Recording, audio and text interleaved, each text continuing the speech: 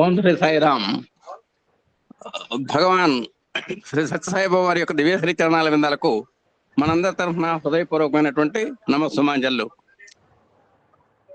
సత్యబోధక చెన్నై దివ్య జ్ఞాన యజ్ఞము, ఈ దివ్య జ్ఞాన యజ్ఞ రసార్థులైన శ్రీ మల్లెల లక్ష్మీనారాయణ గారికి, వారి ధర్మపత్ని శ్రీమతి మల్లెల వరలక్ష్మి గారికి హృదయపూర్వకమైనటువంటి అభివాదాలు. ఈ కార్యక్రమం ప్రారంభంలో అహం సత్యబోధకలో సత్యసాయి దైనందిన ఆధ్యాత్మిక వేదికలో భాగంగా ఇవాళ ప్రధాన ఆధ్యాత్మిక సత్సంగము మన ప్రియతములు ఆత్మీయులు గురువులైనటువంటి శ్రీ మల్లెల లక్ష్మణ్ గారు నిర్వహిస్తారు.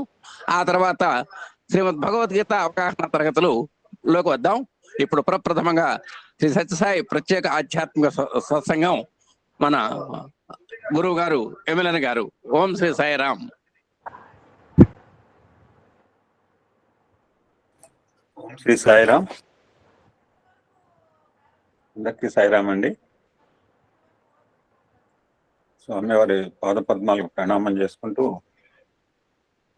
అందరికీ హృదయపూర్వక సాయిరామ్ అండి. Continue of the topic.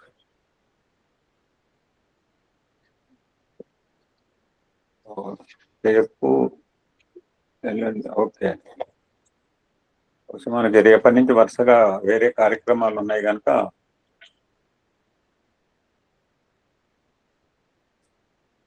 కొన్ని విషయాలు ఉగాది గురించి ఈ రోజే మనం తెలుసుకునే ప్రయత్నం చేద్దాం. రేపు కుదరదు, 19th 20th ఆల్ బిజీ మనం.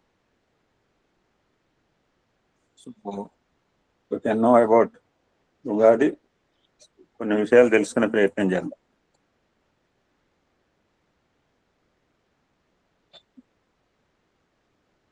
భగవంతుడు అంటే ఎవరు అంటే, అక్షయ రూపమైన కాలాన్ని నేనే అంటాడు. కాలము అంటే ఎంత అంటే ఎవరు చెప్పగలరు? మనం లెక్కలు వేస్తాం, కృతయుగం ఎన్ని సంవత్సరాలు, శ్వేతాయుగం అని మనం లెక్కలు వేయగలుగుతున్నారు. కాలం అనేది అనంతమైంది, అప్రమేయమైంది కూడా.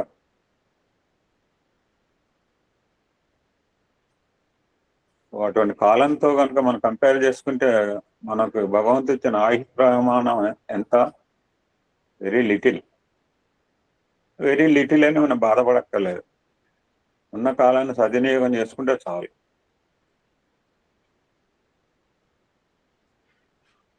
అందరూ చెప్తుంటారు, ఎవరు చెప్పినా అదే మాట. ఎన్నో జన్మల పుణ్యఫలం చేత లభించింది మనకి human birth.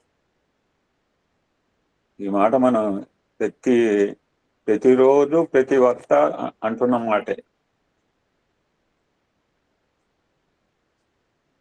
So that's why ఈ యొక్క ఉగాది మనకి ఏం తెలియజేస్తుందంటే, లౌకిక వ్యవహారాల్లో ఉండొద్దని చెప్పలేదు, ధనాన్ని సంపాదించుకోదని చెప్పలేదు, బంగారాలు వస్తువులు సంపాదించుకోదని చెప్పలేదు. కేవలం కూడా ఉన్న కాలాన్ని దానికే డెడికేట్ చేసి లేకుండా భగవంతుడు ఇచ్చిన ఈ కాలము కావచ్చు, కాయం కావచ్చు, ప్రాపర్ యూటిలైజ్ చేసుకోమని మనకి ఒక సూచనగా వేయడానికి వచ్చింది ఈ ఉగాది పర్వదినం. ఎందుకంటే మనకి ఉగాది నాది వేరే మెసేజ్ ఉంది, సో రేపు వేరే కార్యక్రమం ఉంది కనుక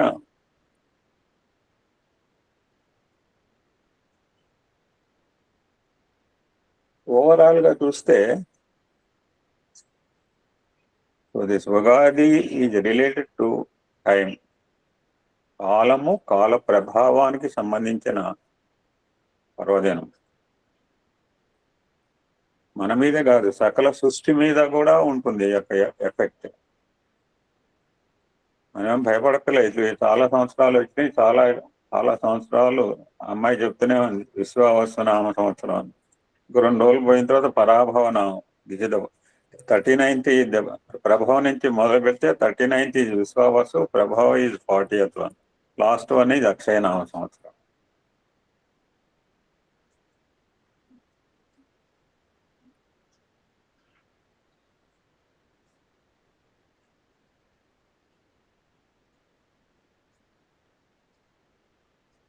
ఈ యొక్క 60 సంవత్సరాల పేర్లు కూడా నారదుడు నారదిగా మారినప్పుడు జన్మించిన నారదుని యొక్క కుమార్తెల పేర్లు.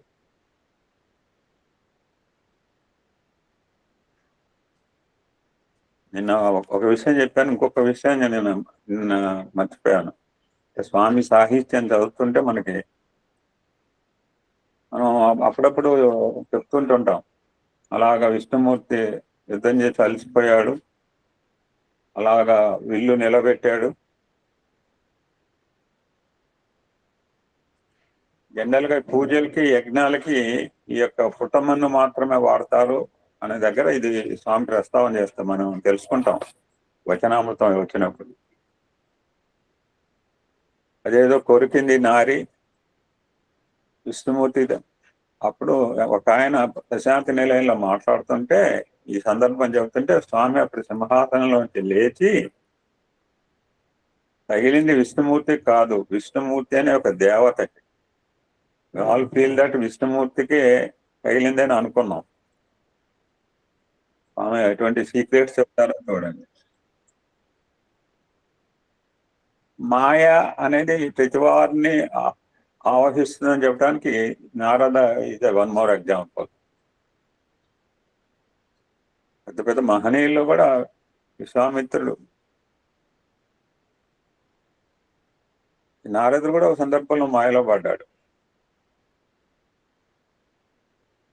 నారద మహర్షి స్త్రీగా మారడం జరిగింది. ఓ నారది ఒక మహర్షిని వివాహం చేసుకోవడం జరిగింది. వారికి కలిగిన సంతానం 60 మంది. కొంత సమయం గడిచిన తర్వాత మళ్ళా విష్ణు యొక్క మళ్ళా మాయ చేత నారదికి స్వస్వరూపం కలిగింది. ఇప్పుడు నారదుడు అడుగుతాడనమాట, తనకు జన్మించిన ఈ 60 మంది పేర్లు కూడా లోకంలో శాశ్వతంగా నిలిచిపోయేట్లుగా సంవత్సరాల యొక్క పేర్లుగా పెట్టవలసిందిగా మహావిష్ణువుని ప్రార్థించాడు.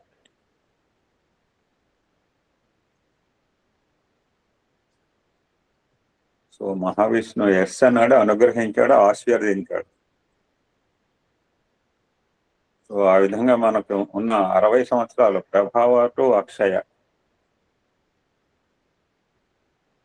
ఈ పేర్లకి ఏం అర్థం ఉందో నిన్న మొన్న నేను సత్సంగంలో పెట్టాను. ఇప్పుడు నేను I don't want to touch it.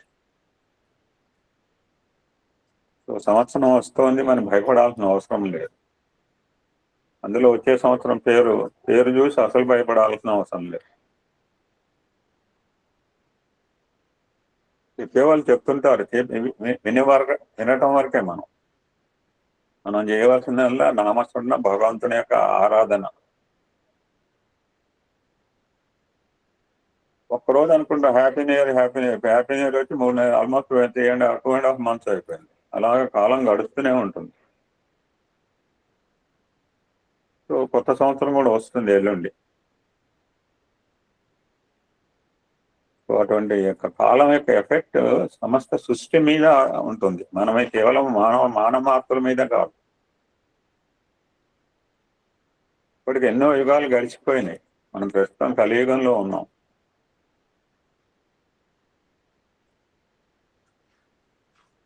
So Ugadi మనకి చెప్పే మెయిన్ లెసన్ ఏంటంటే proper utilisation of the time. ఒకడు జీవితాన్ని వృధా చేసుకుంటున్నాడు అంటే మనం చెప్పాలంటే కాలాన్ని వృధా చేసుకున్న వాడే టైం వేస్ట్ ఇది లైఫ్ వేస్ట్ అని మన పిల్లలకి చెప్తుంటాం.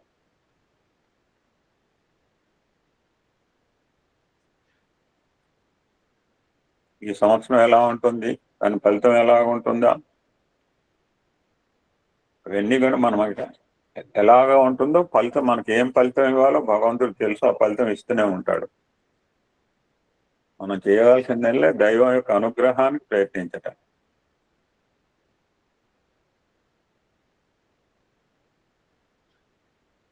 జనరల్ గా 2 గ్రహాలంటే మనం భయపడుతుంటాం. యాక్చువల్ గా అవే మనం భయపెట్టే గ్రహాలేం కాదు. ఒక గ్రహము మనకు ప్రాబల్యాన్ని ఇస్తుంది, ఇంకో గ్రహం మనకు ప్రాముఖ్యతను చేకూరుతుంది. 2 గ్రహాల గురించి మనం పేర్లు చెప్పట్లేదు. చాలా మంది ఆ 2 గ్రహాల గురించి భయపడుతుంటాం. అవేం నెగిటివ్ ఏం కాదు. ఒక గ్రహం మనకి ప్రాబల్యాన్ని ఇస్తుంది, ఇంకో గ్రహం మనలో ప్రాముఖ్యతను చేకూరుస్తుంది. అటువంటి దైవం యొక్క అనుగ్రహానికి పొందాలి అంటే మనకు అడ్డుదగిలేవి గ్రహాలు ఏంటంటే అహంకారము, మమకారం.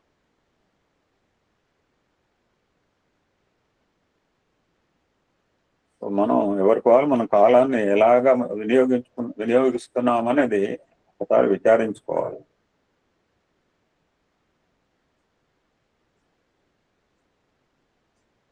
ఒక సంవత్సరం తీసుకుంటే 365 days, 12 నెలలు.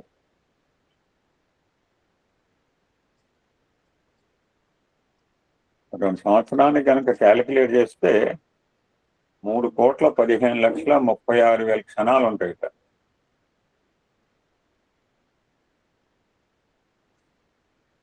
మరి వీటిలో మనం ఎన్ని క్షణాలు సద్వినియోగం చేస్తున్నాం?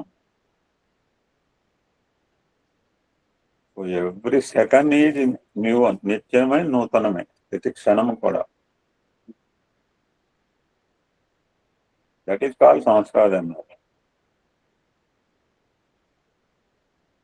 చెప్తారు రేపు పంచాంగం వస్తుంది, ఆల్రెడీ చెప్పేశారు కూడా. జనరల్ గా ఉగాది రోజు సాయంత్రం కూడా ఎదురు చూస్తుంటారు జనరల్ గా అందరూ.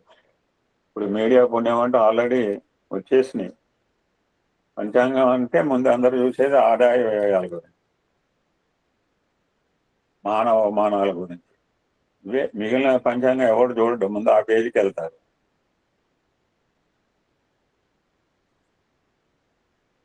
మనం అదృష్టం కావచ్చు, దురదృష్టంగా 2 పదాలు వాడుతుంటాం.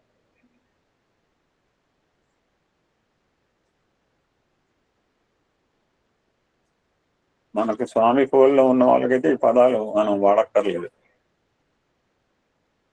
ఎవరైనా బయట వాళ్ళకి ఈ అదృష్టం పట్టింది, ఇవి not depend upon on the time. కాలం చేతిలో లేవు, కాలం కంట్రోల్ చేయదు వీటిని. మరి ఎవరు కంట్రోల్ చేస్తారు అంటే కర్మాధీనములు, కాలాధీనములు కాదు, కర్మాధీనములు అంటారు. వెంకట గారు కూడా చెప్పారు, ఒకటి ఫస్ట్ ధర్మం అన్నాడు, రెండోది 3 ఏకత్వం అన్నాడు. మనం ఆచరించే కర్మలన్నీ కూడా మన యొక్క ఆలోచన, సంకల్పాలపై ఆధారపడి ఉంటాయి. ఇప్పుడు రేపటి రోజున గాయత్రి చేద్దామంటే ఒక సంకల్పం కలిగింది, సమానం కళ్యాణం గురించి చేయాలనుకున్నాం, చేస్తున్నాం. అందుకని అంటే ఏ pure thought from the pure heart అంటారు. ఒక పవిత్రమైన హృదయంలోంచి ఒక పవిత్రమైన ఆలోచన. హృదయం పవిత్రంగా ఉంటే ఆలోచనలో పవిత్రంగా వస్తుంది, సంకల్పాలు పవిత్రంగా ఉంటే పవిత్రమైన కర్మలు చేస్తుంటాం. దట్స్ వై మన సంకల్పాలనే పవిత్రంగా ఉంచుకోవాలి. ఈ మాట కూడా మనం వచ్చింది వెంకట గారి దగ్గర. దట్స్ వై మనం పోషించుకోవాల్సిన సత్సంకల్పాలు. వస్తుంది, చాలా మంది ఇవాడికి కొత్త డ్రెస్సులు కొనుక్కొని ఉంటారు, వేసుకోవద్దని చెప్పట్లేదు. అభ్యంగ స్నానం చేస్తాము, కొత్త డ్రెస్సులు వేసుకుంటాము, పొద్దున్నే ఉదయం పూట ఉగాది పచ్చడి చేసుకుంటాము, పాయసాలు వండుకుంటాము. ఇవన్నీ క్వైట్ న్యాచురల్, ఎవరి శక్తి కొలిది వాళ్ళు చేసుకుంటారు. ఉగాది పచ్చడి అయితే అందరూ వారు తోచిన విధంగా వారు చేసుకుని అయితే తీసుకుని సేవిస్తారు.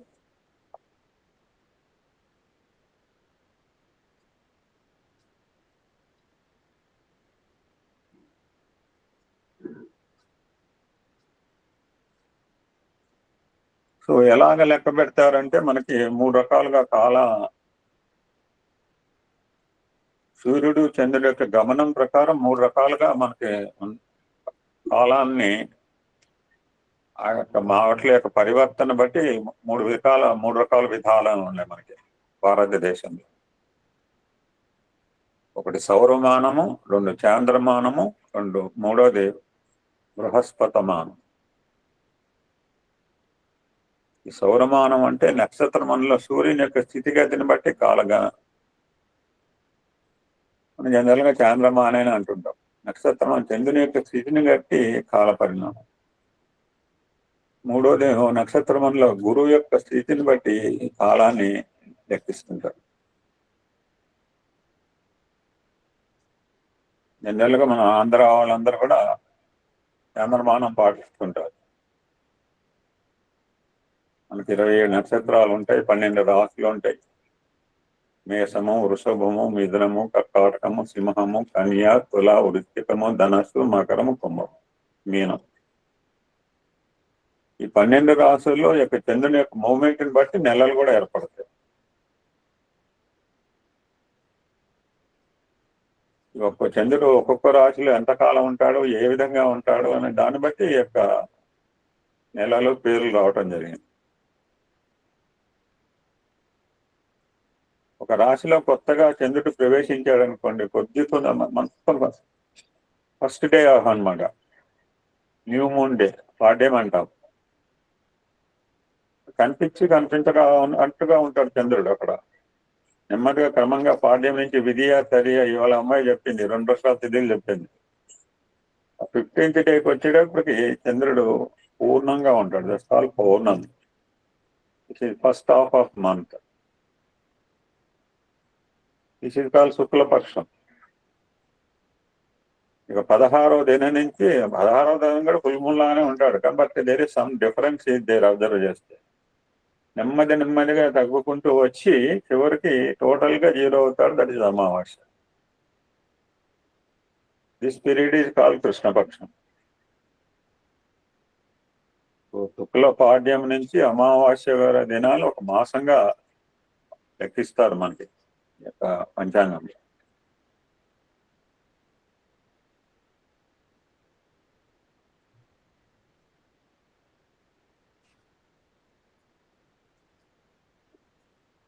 అటువంటి ఉగాది పండుగ ఒక 2 రోజుల్లో రాబోతోంది. అన్నిటి కూడా నెంబర్ 1. ఉగము అంటే నక్షత్రము అని కూడా అంటుంటారు. ఇప్పుడంటే టైం వాచెస్ ఉన్నాయి, స్టాప్ వాచెస్, ఇంకా రకాల. పూర్వకాలంలో ఈ నక్షత్రం యొక్క పోకడను బట్టి కాలాన్ని గుర్తించేవాళ్ళు దైనందిన కార్యక్రమాలు చేయటానికి. మనకు రాబోయేది వసంత ఋతువు. మాసం కూడా చైత్ర మాసం, శుక్లపక్ష పాడ్యమి. అన్ని కూడా ఫస్ట్ డే అన్నమాట. ఋతువులో మొదటి ఋతువు వసంతము. తెలుగు మాసాల్లో మొదటి మాసం చైత్ర మాసం. పక్షాల్లో మొదటిది శుక్లపక్షము,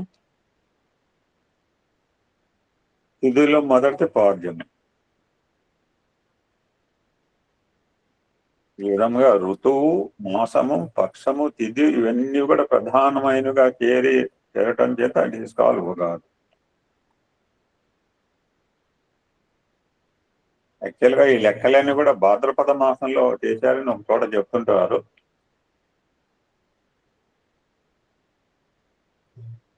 so this Ugadi is blessing for కలియుగానికి ప్రారంభం. అన్ని యుగాలు కూడా చైత్రమాసంలో ప్రారంభమైనాయా అంటే లేదు. కలియుగం యొక్క కౌంట్ 4,32,000 అన్నారు. దానికి మల్టిపులిటీ ఒక్కో డబుల్ చేసుకుంటే వస్తుంది. ఈ కలియుగం మాత్రం చైత్ర మాసంలో ప్రారంభమైన శాస్త్రం, పురాణాలు, ఇతిహాసాలు చెప్తున్నాయి.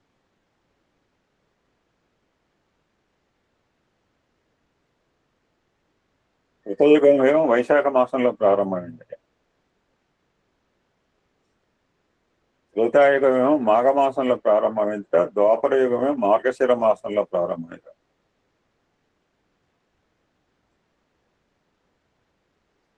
సో జనరల్ మన కాన్సెప్ట్ ఏంటంటే మనం కలియుగంలో ఉన్నాము. కృతయుగం అయిపోయింది, త్రేతాయుగం అయిపోయింది, ద్వాపర యుగం అయిపోయింది, గడిచిపోయినాయి. ప్రస్తుతం కలియుగం నడుస్తోంది. ఫీలింగ్ ఆఫ్ ఎవ్రీబడి అని మీ అందరూ భావిస్తుంటారు. ఇది సరైంది కాదు అంటారు స్వామి ఒక సందర్భంలో, ఒక ఉగాది రోజు. ఇదేం గడిచిపోలేదు. ఈ అన్ని యుగాలు కూడా మీరు యు ఆర్ ఎంజాయింగ్. బట్ మనం ఆ యుగాలు చూస్తూ ఉండకపోవచ్చు, but we are enjoying this all the 4 yugas every day. ఎలాగా దాన్ని స్వామి వివరించారంటే, ఒక రోజు తీసుకుంటే 24 గంటలు, ఆ 24 గంటల్లో 4 వచ్చి వస్తుంటాయి పోతుంటాయి అన్నారు. ఏ విధంగా? బ్రాహ్మీ ముహూర్తంలో లేస్తుంటారు కొంతమంది, తెల్లవారుజామున 4 గంటలకి. నాకు తెలిసైతే వీళ్ళు పార్థసారథి, పద్మాభయన, ఇంకా చాలా మంది ఉన్నారు నగర సంకీర్తన పుణ్యవాళ్ళు, అదృష్టవంతులు. ఆ విధంగా తెల్లవారుజామున 4 AM టు ఇప్పుడు మధ్యాహ్నం, ఇప్పుడు 11:15 అయింది, కాస్త ఏవైతే 12 అవుతుంది. ఈ కాలాన్ని కృతయుగము అన్నారు. ఎందుకన్నారంటే అక్కడ ధర్మము 4 పాదాల మీద ఉంటుందంట. ఈ టైంలో ఏం చేస్తుంటాడంటే మానవుడు తన కర్తవ్య కర్మలు నెరవేర్చే శక్తి సామర్థ్యాలు కలిగి ఉంటాడు. 4 AM to up to 12 o'clock. మా దగ్గర బిల్డింగ్ల వారు పనిచేస్తున్నారు, 12 గంటల దాకా సాయంత్రం దాకా చేయాలి, డబ్బులు రావాలంటే. కానీ ఇప్పుడు దాకా పొద్దున్న నుంచి ఇప్పుడు దాకా చేసిన పని ఒక రకంగా ఉంటుంది. ఎవరికైనా అంతే, వర్క్ కర్వ్ అంటారు సోషియాలజీలో. స్టార్టింగ్ లో ఉంటుందంట, మధ్యలో ఫెటీగా ఉంటుంది, తర్వాత ఫైనల్స్ ఫెటీగా అయిపోతుంది కదా అని మళ్ళీ ఉత్సాహం చేసుకుని మళ్ళీ కంప్లీట్ చేస్తూ ఉంటాం. వాళ్ళు వర్క్ కర్వ్ అంటారు. సరే, మధ్యాహ్నం 12 గంటల నుంచి సాయంత్రం 6 గంటల వరకు, this period is called Treta Yuga. అంటే ధర్మం ఇక్కడ 3 పాదాలతో నడిపించే శక్తి సామర్థ్యాలు కలిగి ఉంటాడు. అంటే కొంతవరకు మానవం పొద్దున్నుంచి ఎర్లీ మార్నింగ్, మా దగ్గర ఒక నేనర్లో తెల్లవారుజాము 4 వెళ్తారు పాపం ఉద్యోగాలు కొంతమంది శ్రీమూర్తులు కూడా. ఎందుకంటే వాళ్ళు డైలీగా రోజు పని చేసుకుంటేనే వాళ్ళకి ఉపాధి వస్తుంది. సో ఈ టైంలో మానవుని యొక్క శక్తి కొంత క్షీణిస్తుంది. ఇక సాయంత్రం 6 గంటల నుంచి midnight 12 o'clock వరకు ద్వాపర యుగం.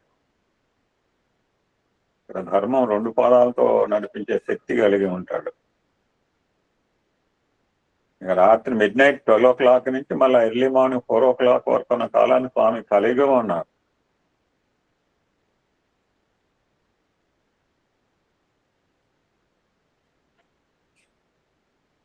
ఒక్కొక్క యుగానికి కూడా ఒక్కొక్క సాధనా సంపత్తి పెట్టారు యుగాలకి. సో 4 ఎప్పుడు అయిపోయిన యుగాలు కాదు అని మనం అనుకున్నప్పుడు ఈ 4 రకాల సాధనలు ఇప్పుడు ప్రస్తుత కలియుగంలో చేసేవాళ్ళు ఉన్నారు. కృతయుగంలో ధ్యానము తపస్సు చేసేవాళ్ళు, ఇప్పుడు కూడా ధ్యానంలో చేసేవాళ్ళు తపస్సు అంటే భగవంతుని నామస్మరణ జపం. అది త్రేతాయుగంలో యజ్ఞం చేసేవారు, యజ్ఞయాగాలు ఇప్పటికీ చేస్తున్నారు. ద్వాపర యుగంలో అర్చన, ప్రతినిత్యం షోడశోపచార పూజ చేసేవారు ఉన్నారు, ఒక పువ్వు పెట్టేవారు ఉన్నారు. అర్చన అంటే అర్చించట భగవంతుని నామార్చన. అది నామార్చన, నామం కూడా అర్చనే. కలియుగంలో సులువైన తేలికైన మార్గం ఏంటంటే మనకి అందరికీ ఇచ్చింది నామస్మరణ. మనం చేయవలసిందల్లా నామస్మరణ అన్నమాట. కలియుగంలో ద ఈజియెస్ట్ పాత్. నిరంతరం ఏదో ఒక నామంతో ఉండే ప్రయత్నం చేయాలి. అలా ఉండగలమా అంటే ప్రయత్నం చేస్తే ఉంటాం. వెళ్తుంది మైండ్, రకరకాలుగా వెళ్తుంది. అటువంటి ఉగాది అంటే ఒక నూతన సంవత్సరానికి ప్రారంభం, స్టార్టింగ్ ఫర్ న్యూ ఇయర్. ఒకటి వెల్కమ్ చేస్తాము, ఒకదానికి సెండ్ ఆఫ్ చేస్తాం. 2025 సెండ్ ఆఫ్ చేసి 2026 వెల్కమ్ చేసాం.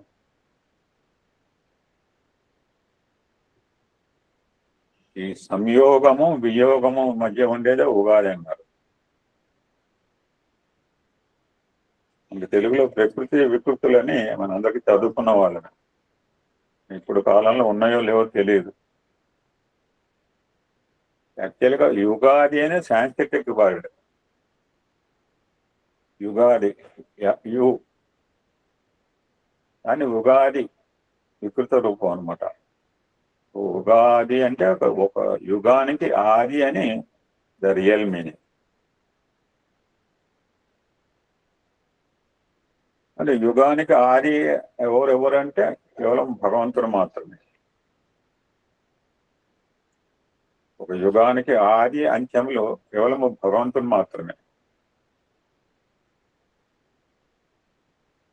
అందుకనే భగవంతునికి ఒక పేరు ఉంది, యుగాది కృత్ అంటారు ఆయన పేరు. ఇందాక బాగా చెప్పాడు, ధాత విధాత రెండు పేర్లు వింటుంటాం, మళ్ళీ మనం రెండు కూడా ఒకటే అనుకుంటాం. కోటేశ్వరరావు గారు లాంటి వారికి తెలుసు. మనం అయితే ధాత విధాత అంటే పోతారు.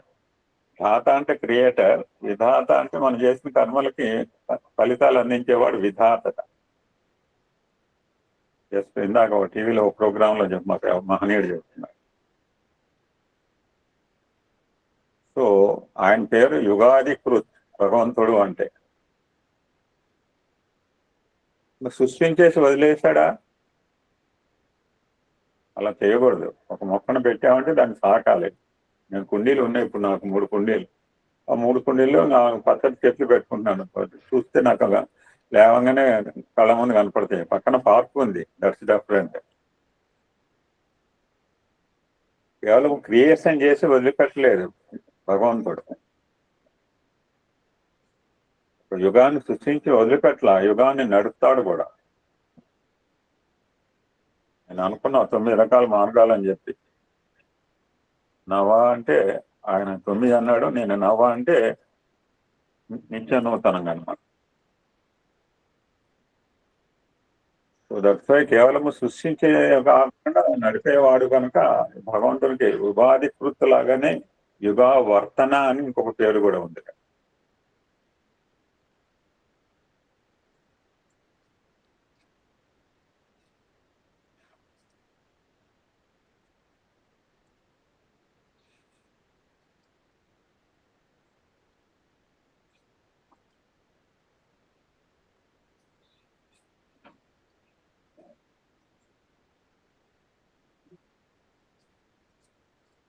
ఇంకొక పేరు ఉంది భగవంతుడికి.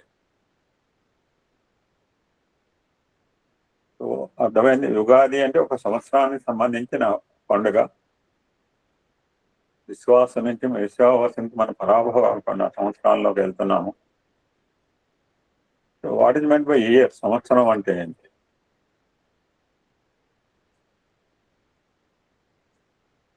ఇక్కడ భగవంతుని పేరే సంవత్సరం అంటారు స్వామి ఒక సందర్భంలో.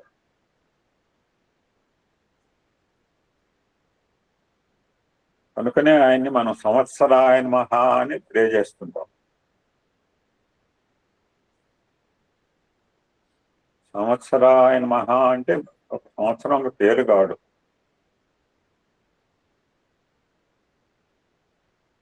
సర్వమునందు వసించువాడు, that's the real meaning.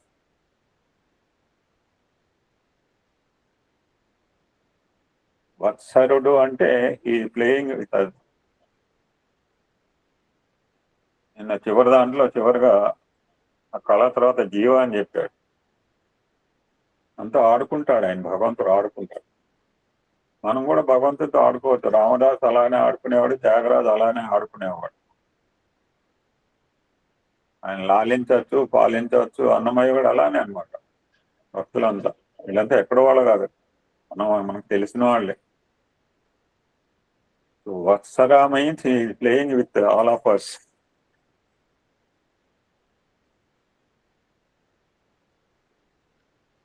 So సంవత్సరము అంటే కాలం కనుక భగవంతుని కాలాయ నమః, కాలాయ నమః, కాలదర్ప దమనాయ నమః మనం అష్టోత్తర నామాలు సహస్రనామాల్లో వస్తుండే అన్నమాట.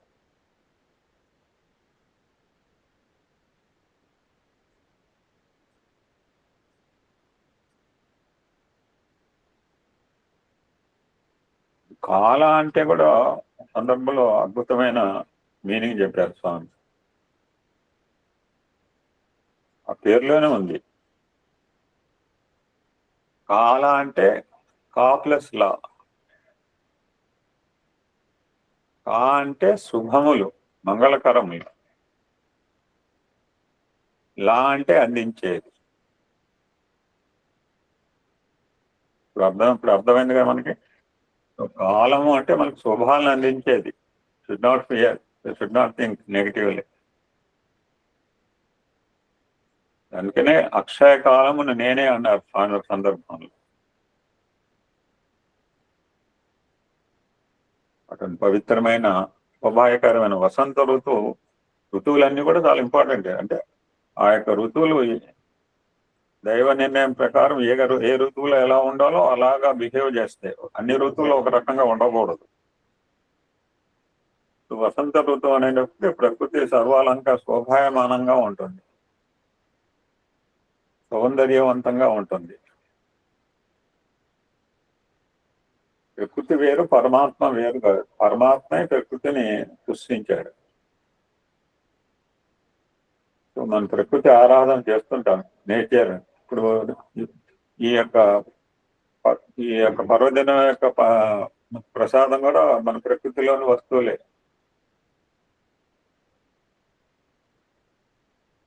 అటువంటి యొక్క ప్రకృతి సౌందర్యాన్ని ఒక పేరు పెట్టారు స్వామి, విష్ణుప్రియ అని. అదృష్టవంతురాలు విష్ణుప్రియ, మన బాంబే అమ్మాయి. దట్ మీన్స్ అలంకార ప్రియో విష్ణు, అభిషేక ప్రియో ఒకటి, అనుష్ఠాన ప్రియ స్వామి. అటువంటి అలంకార స్వరూపమే విష్ణుతత్వం. అటువంటి ఉగాది రోజునాడు మనం ముఖ్యంగా 2 పనులు చేస్తాం. ఉగాది పచ్చడి సేవనం చేస్తాం, పంచాంగ శ్రవణం చేస్తాం అన్నమాట. ఆ ఉగాది పచ్చడి అనేది ఒక పద్యం కూడా చెప్పుకోవాలి. శతాయుర్వేద దేహాయ సర్వ సంపత్కరాయ సర్వారిష్ట వినాశాయ నింబకందలం భక్షణ. అటువంటి వేప పువ్వు పచ్చడి ఇక్కడ పల్లెటూరులో ఈజీగా దొరుకుతుంది. పట్టణాల్లో వేప పువ్వు కూడా ఇక్కడ అమ్ముతుంటారు. మాకర చెన్నైలు సాయంత్రం కన్యానగర్ పోదాం అనుకున్నా అప్పుడు తెచ్చుకోవాలన్నమాట. ఆ పచ్చడి సేవనం ద్వారా ఆవకాయ పచ్చడి, మిగిలిన పచ్చడి రోజు మనం తింటూనే ఉంటాం. ఈ యొక్క వేప పువ్వు పచ్చడి సేవనం ద్వారా దీర్ఘమైన ఆయుష్, దేహ దారుఢ్యము, సర్వ సంపదలు జరుగుతారని శాస్త్రం చెప్తారు. 6 రకాల రుచులతో కలిసిన ప్రసాదం. అందులో వేప పువ్వు, మొన్ననే పరమేశ్వరరావు గారు చెప్పారు, ఉగాది పచ్చడిలో హ్యూమన్ వాల్యూస్ ఎలా కలపాలో. వేప పువ్వు అంటే చేదు, మామిడి పిందె. మన పల్లెటూరులో అయితే మా చిగురు చిన్న కాయలు, మాగా ఎప్పుడు పెద్ద కాయలే ఉంటాయి. చిగురు మామిడి అనమాట, వగరు. ఇప్పటికే నిజంగా కొన్ని చోట్ల అప్పుడే మామిడి పండ్లు కూడా ఉండవచ్చు కూడా. అలా మారిపోయింది కాలం. మామిడి పళ్ళు కూడా చూస్తాం కాసేపు అయితే. కొత్త బెల్లం కలుపుతాము, తీపి. కొత్త చింతపండు వేస్తారు, పులుపు. ఈ పచ్చిమిరపకాయలు ముక్కలు కారం, ఇక్కడ ఉప్పు వేస్తాము, అది ఉప్పు. ఈ పచ్చడికి మరి ఈ పచ్చడి పూజించడానికి మానవ జీవితం, దిస్ ఇస్ లాస్ట్ అండి.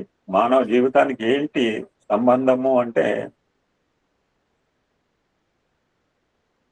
మానవుని యొక్క జీవితమే ఈ యొక్క పచ్చడిలో ప్రతిబింబిస్తుంది అని మనకి తెలుసుకోవాలి. కేవలం ఒక ఉగాది రోజు మాత్రమే కాదు.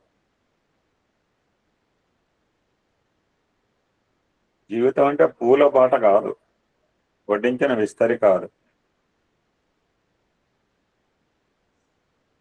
అంత మాధుర్యంగా ఉంటుంది అనుకోకూడదు. మాధుర్యం ఉంటుంది, మాధుర్యంతో పాటు చేదు, పులుపు, వగరు అంటే అప్పుడప్పుడు ట్రబుల్స్, కష్ట నష్టాలు, ఒడిదుడుకులు ఉంటాయి న్యాచురల్ గా. బెల్లం ఉంటుంది, ఉప్పు ఉంటుంది. సో జీవితంలో సుఖ దుఃఖాలు ఉంటాయి అన్నమాట.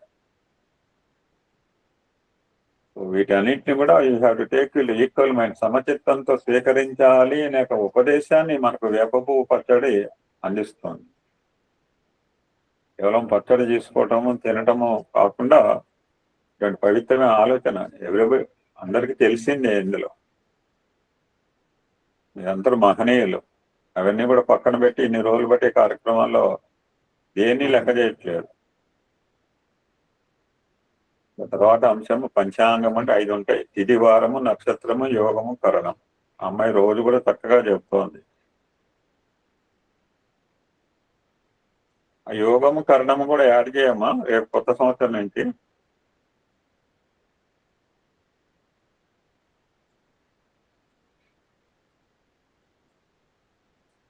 అలాగే సార్, అలాగే.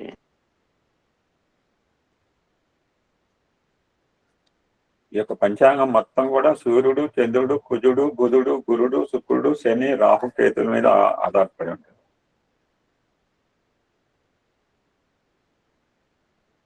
పంచాంగం అంటే జ్ఞానేంద్రియములు.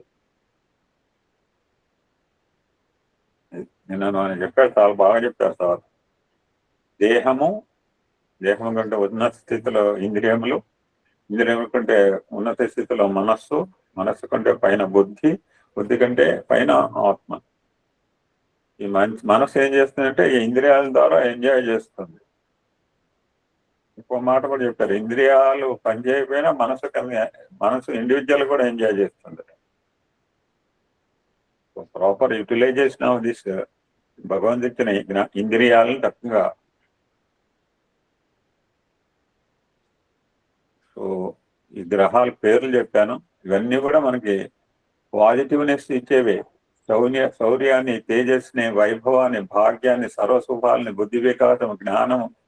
ఇందులో ఏది నెగిటివ్ అని చెప్పండి. సుఖాన్ని, చాలా మంది శని అంటే భయపడతాడట, దుఃఖాన్ని పోగొడతాడట.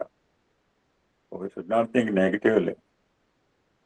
దైవం యొక్క అనుగ్రహం కనుక ఒకటి ఉంటే మనకి ఏ గ్రహము అన్ని గ్రహాలు కూడా భగవంతుని దాని చెప్పు చేతలో నడవలసిందే. ఎవరిని అట్లా నడుపుతున్నారు అంటే నిన్న మొన్న మనం అనుకున్నాం. రాగము, ద్వేషం అనే మాట కూడా నిన్న మొన్న మనకు గీతలో వచ్చింది. రాగము, ద్వేషము, అహంకారము, మమకారం. వీటిని మనం దూరం చేసుకునే ప్రయత్నం చేస్తూనే ఉన్నాం.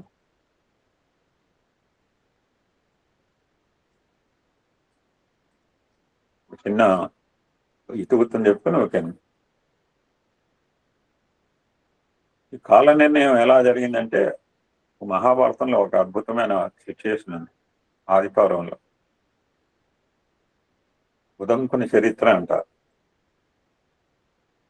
ఈ ఉదంకుడు గురువు యొక్క ఆజ్ఞను శిరసావహించి తను చేయవలసిన కర్మ నిమిత్తమే ఒక ప్రదేశానికి చేరాడు.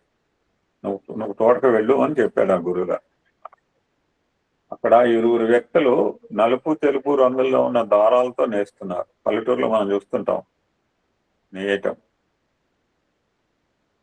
దానికి సమీపంలోనే 12 ఆకులు ఒక చక్రం కూడా ఉన్నది. దాన్ని 6 వ్యక్తులు నిర్విరామంగా తిప్పుతున్నారు. ఒక వీల్. వీళ్ళు ఎవరా అని ఉదంకుడు ఆలోచించాట. అప్పుడు ఆయనకు వేద శ్లోకాలకు జ్ఞప్తికి వచ్చాయట. అనుకోకుండా వచ్చిన మాటను చూడండి. ఇప్పుడు విధి విధాత. ఆ 2 వ్యక్తులు నేసేవాళ్ళు విధి విధాతలు. ఆ విధి విధాతలే లేకపోతే మానవత్వానికి అర్థమే లేదు. వీరు తెలుపు నలుపు దారాలతో అంటే పడుగు పేక, ఒక నిలువు దారం, ఒక అడ్డదారం. అవేంటంటే రాత్రి పగలు తెలుపు, రాత్రి నలుపు. 12 నెలలతో కూడిన చక్రమే కాలచక్రం. 6 తిప్పుతున్నారంటే 6 ఋతువులు తిప్పుతున్నారు. దట్స్ మనకి రాత్రి పగలు. ఇప్పుడు 12 అయింది, ఇక్కడ పడుతుంది సంకోసేపు అయితే. ఈ పగలు రాత్రి లేకపోతే నెలలు లేవు, నెలలు లేకపోతే ఋతువులు లేవు, ఋతువులు లేకపోతే జగత్తు నడదు. ఇదంతా కూడా కాలస్వరూపం. ఆ విధంగా జగత్తును సంరక్షించి, పోషించి, పాలించి, ఉద్ధరించే పరమాత్ముడు సంవత్సరుడు.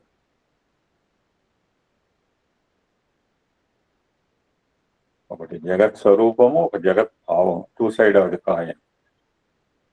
ఆ విధంగా స్వరూపము స్వభావాలతో కూడింది కాలము. గనక రాబోయే కొత్త సంవత్సరం అందరికీ శుభంగానే ఉంటుంది. Should not feel about it. ఎందుకంటే మీరందరూ కూడా నిరంతరము ఆధ్యాత్మిక చింతన, ఆధ్యాత్మిక సాధనలో ఉన్నారు కనుక ఎవరైతే ఆధ్యాత్మిక సాధనలో ఉన్న వారికి తప్పకుండా విజయమే.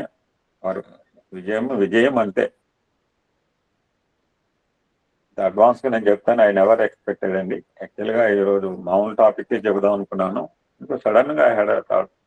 రేపటి రోజున మనకు వేరే కార్యక్రమం ఉంది. 19th మనం మహిళా డే రోజు శ్రీమూర్తి చెప్తుంది. 20వ తారీఖు నాడు అనుకుంటే ఆ రోజు కూడా వేరే కార్యక్రమం పెట్టుకున్నాం. సో ఈ విధంగా అడ్వాన్స్ గా స్వామి చెప్పిన కొన్ని విషయాలు ఉగాది గురించి చెప్పే అవకాశాన్ని, అదృష్టాన్ని ప్రసాదించారు. Jai Sairam. Thank you so much. Shri Sairam. Bhagavan దివ్య శ్రీ తిరునాళ్ళకు హృదయపూర్వకమైనటువంటి అభివాదాలు చేసుకుంటూ, ఓం శ్రీ సత్య సాయి పరబ్రహ్మణే నమః, ఓం శ్రీ కృష్ణ పరబ్రహ్మణే నమః, ఓం శ్రీ గురుభ్యో నమః. ఈరోజు రాబోయేటువంటి ఉగాది, ఆ ఉగాదికి ఆనుషంగికమైనటువంటి విషయాలు, కాలచక్రం, ఇవన్నీ విశేషాలు చాలా రమ్యంగా చెప్పినటువంటి గురువు గారికి హృదయపూర్వక ధన్యవాదాలు చేసుకుంటూ, ఇప్పుడు మనం శ్రీమద్ భగవద్గీత అవగాహన తరగతులకు వెళదామండి.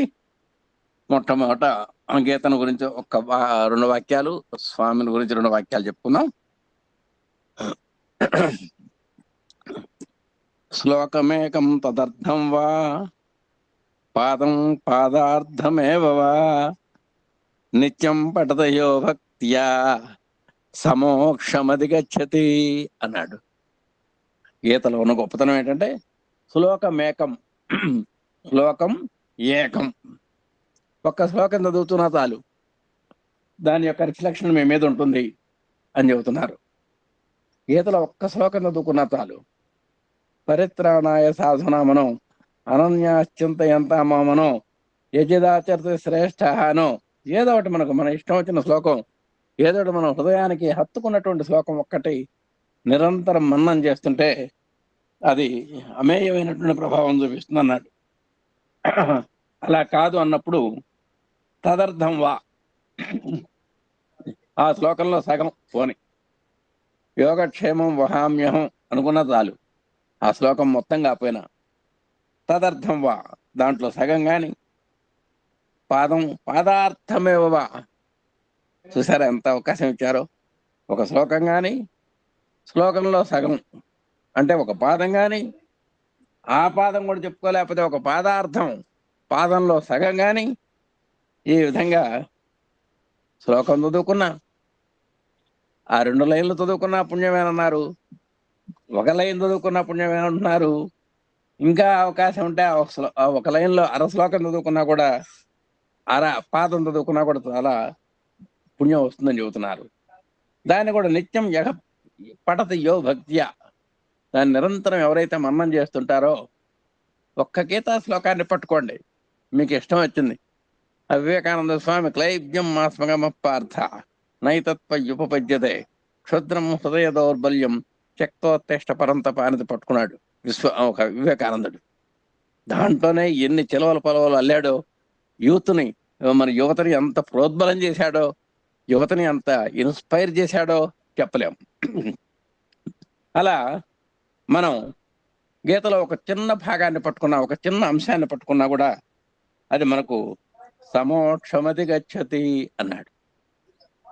ఆ విధంగా ఎవరైతే చదువుతారో వాళ్ళు మోక్షాన్ని పొందుతారు అని చెబుతున్నారు. కాబట్టి ఆ గీతలో ఒక చిన్నదైనా సరే మనం పట్టుకోవాలి, నిరంతరం మన్నం చేయాలి. తద్వారా మనకు అభిరుచి, రుచి చిక్కుతుంది, రక్తి అనురక్తి కలుగుతాయి. మనం ఇంకా గీతలో ముందుకు వెళ్ళటానికి మంచి ఉత్సాహాన్ని, ప్రోత్సాహాన్ని ఇస్తుంది. అంతటి అమేయమైనటువంటి శాస్త్రం గీత అని మనకు చెబుతున్నారు. ఇక మనం ఒక్కసారి శ్రీకృష్ణ పరమాత్మ దగ్గరకు వద్దాం. సారథ్యమర్జునస్యాదౌ కుర్వన్ గీతామృతం దదౌ లోకత్రయోపకారాయ తస్మై కృష్ణాత్మనే నమః అన్నారు. సారథ్యం అర్జునస్య ఆదౌ, ఈయన అర్జునుడికి రథసారథిగా ఉన్నాడు. అందుకని మనం పార్థ సారథి అని పేరు పెట్టుకున్నాం శ్రీకృష్ణ పరమాత్మకి. అలాంటి పార్థుని నడిపించాడు ఈయన. నిజంగా సారథి అనేటువంటి పదం వల్ల మనకున్నటువంటి, మనలో కూడా పరమాత్మ రూపంలో శ్రీకృష్ణ పరమాత్మ ఉన్నాడు కాబట్టి మనలో ఉన్నటువంటి జ్ఞానేంద్రియాలని కర్మేంద్రియాలని కూడా ఆయన స్వారీ చేస్తుంటాడు, నడుపుతూ ఉంటాడు. అయితే కాస్త ఆయన్ని మంచి మచ్చిక చేసుకోవాలి మనం. ఆయన్ని ధ్యానాల చేత, శ్లోకాల చేత, స్తుతుల చేత, నుతుల చేత, అర్థన చేత, ప్రార్థన చేత మనం కాస్త ఆయన్ని వల్ల వేసుకుంటే ఆ శ్రీకృష్ణ పరమాత్మని మన జ్ఞానేంద్రియాలని కర్మేంద్రియాలని కూడా ఒక సవ్యమైనటువంటి మార్గంలో నడిపి మనల్ని ఆ యుద్ధం నుంచి, ఆ జీవన సమరం నుంచి, సంసార సాగర్ నుంచి బయటపడేటువంటి అవకాశం చేస్తాడు ఆయన. అలాంటి అర్జునుడికి సారథిగా ఉంటూ కుర్వన్ గీతామృతం దదౌ, అమేయమైనటువంటి గీతామృతాన్ని మనకిచ్చాడు. లోకత్రయోపకారాయ తస్మై కృష్ణాత్మనే నమః. మొన్న అన్నాడు ఆయన, గీతాశ్రయోహంతి తిష్టామి గీతామే చోత్తమం గృహం గీతాజ్ఞానం ఉపాసరిత్యా త్రీన్ లోకాన్ పాలయామ్యహం అన్నాడు నిన్న. మొన్న ఎప్పుడు మనం చెప్పుకున్నాం.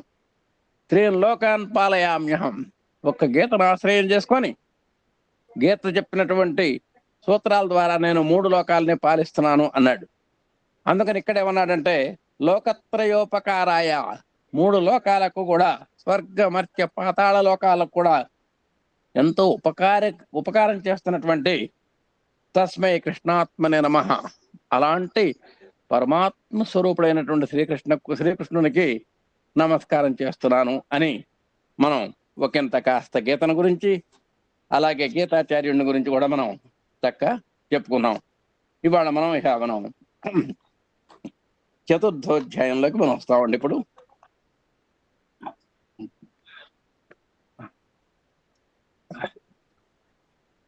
మొన్న చతుర్థోధ్యాయంలో 16 దాకా వచ్చినట్టు గుర్తొస్తుంది నాకు. ఒక్కసారి మనం 14, 15, 16 చదువుకొని మనం ముందుకెళ్దాం. ఒక్కసారి 14 చూడండి అమ్మా. నమాం కర్మాణి లింపంతి నమే కర్మఫలే స్పృహ ఇది మాం యోభిజానాతి కర్మ భిన్న సబధ్యతే. అది ఏవం జ్ఞాత్వా కృతం కర్మ పూర్వైరపి ముముక్షుభిః కురు కర్మైవ తస్మాత్ త్వం పూర్వతరం కృతం. ఇప్పుడు మనం చివరి శ్లోకం చెప్పుకున్నాం. కిం కర్మ కిమ కర్మేతి కవయోప్యత్ర మోహితాః తత్తే కర్మ ప్రవక్ష్యామి యజ్ఞాత్వా మోక్షసే శుభాత్. ఇదొక్కసారి చెప్పుకొని ముందుకెళ్దామండి. అమ్మా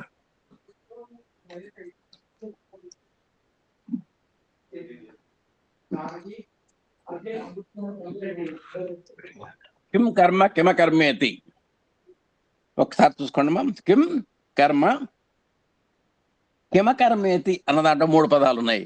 కిం అకర్మ ఇతి, అకర్మ ఇతి కాస్త అకర్మేతి అవుతుంది.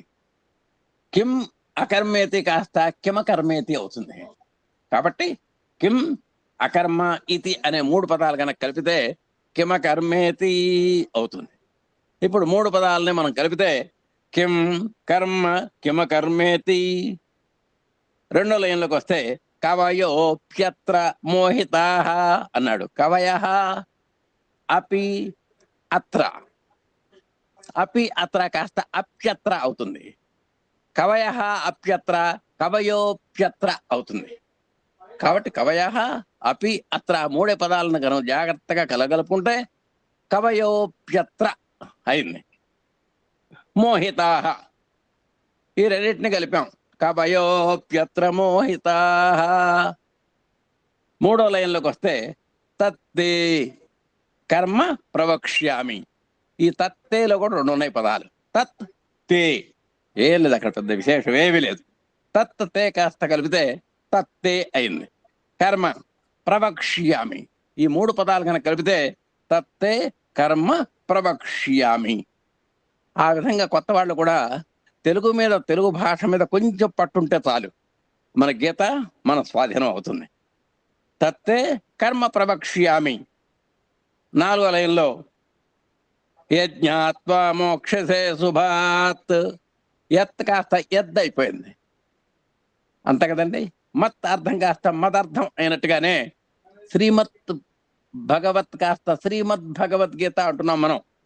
శ్రీమద్ భగవద్గీత అంటున్నాం మనం. అక్కడ ఉండేది శ్రీమత్తే, భగవద్గీత ఉంటుంది. మనం ఆటోమేటిక్గా శ్రీమద్ భగవద్గీత అయిపోతుంది. అలాగే యత్ జ్ఞాత్వా మోక్షసే అశుభాత్ కలిపినప్పుడు ఆ అనేటువంటిది వినపడదు. యజ్ఞాత్వా మోక్షసే శుభాత్ అవుతుంది. ఇప్పుడు ఒక్కసారి శ్లోకం చదువుకుంటే కిం కర్మ కిమ కర్మేతి కవయోప్యత్ర మోహితాః తత్తే కర్మ ప్రవక్ష్యామి యజ్ఞాత్వా మోక్షసే శుభాత్. అదండి. ఇప్పుడు 17లోకి వచ్చాం. కర్మణో హ్యపి బోద్ధవ్యం బోద్ధవ్యం చ వికర్మణః అకర్మణశ్చ బోద్ధవ్యం గహనా కర్మణో గతిః. ఒకటో లైన్ చూద్దాం. కర్మణః కాస్త కర్మణో అయింది. రామః కాస్త రామో అని, కృష్ణః కాస్త కృష్ణో అని అవటం సాంప్రదాయం. కర్మణో హ్యపి హి అపి హ్యపి బోద్ధవ్యం. కాబట్టి కర్మణో హ్యపి బోద్ధవ్యం మూడు పదాలు ఉన్నాయి ఇక్కడ. ఈ మూడు పదాలని కాస్త జాగ్రత్తగా చదివితే కర్మణో హ్యపి బోద్ధవ్యం అవుతుంది. రెండో లైన్కి వచ్చాం.